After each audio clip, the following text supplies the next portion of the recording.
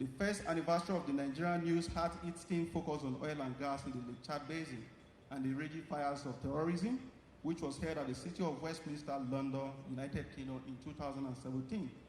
Based on the resourcefulness of the brilliantly researched papers presented by seasoned academics and experts in various fields, the federal government led by President Muhammadu Buhari sieved from its rich content to develop policy documents that are in use for nation building today. Distinguished ladies and gentlemen, some of the first awardees of the Nigerian News Awards excelled then and now, above where they were spotted years back at the London Pioneer Celebration. To re-echo modestly, the current Minister of Digital Economy and Communication, Professor Issa Ali Patami, was the then Director General of the National Information Technology Development Agency when he was decorated at the event in London. Sir Joseph Ari, the boss of the Industrial Training Fund, is a conspicuous shadow in assisting Mr. President in religious commitment for empowering young Nigerians with a playbook skills for self-reliance. Sir Ari, a devout Catholic and a knight, is our technological innovation icon of the year for adding value to the society through uncompromised policies which have repositioned the ITF as an agency for industrialization and empowerment. Quite sincerely, my compatriots, Nigerians cannot afford to overlook the common reforms, innovations, and transformations in the previously forsaken National Youth Service Scheme. The scheme is now a national weapon of productivity, gingered by its incumbent Director General, Brigadier General Shaibu Ibrahim. He is recognized as one of our finest Army officers today, and for his foresighted and sustained initiatives in nation building, massive graduate employment through skills acquisition. The system, even though it has endured from 1999, the Fourth Republic, is still unstable. This nuance of political instability has made it difficult for the democratic order to deliver on its promises.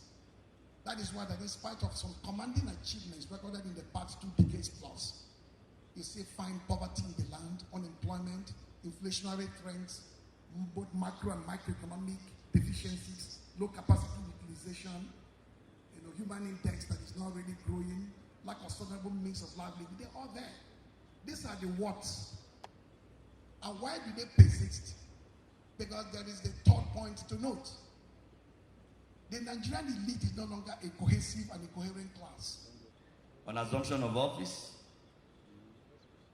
the 6 chief of staff for Kogi State were all of the Igala extraction, because all governors before me were Igalas.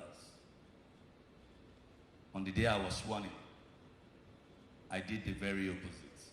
I chose an Igala man as my chief of staff, and a Christian at that. Today, he is my deputy governor.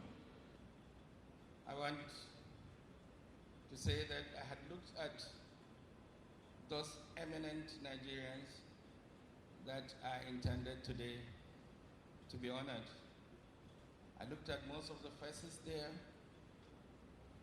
There are people, one after another, that for their sake, even if it is one of them, we can make up time to be here. They are very important people.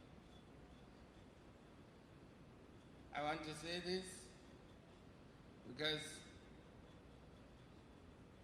in Nasarawa State alone, I have seen about 4 of them listed to be honored today, beginning from His Excellency the Governor of the state.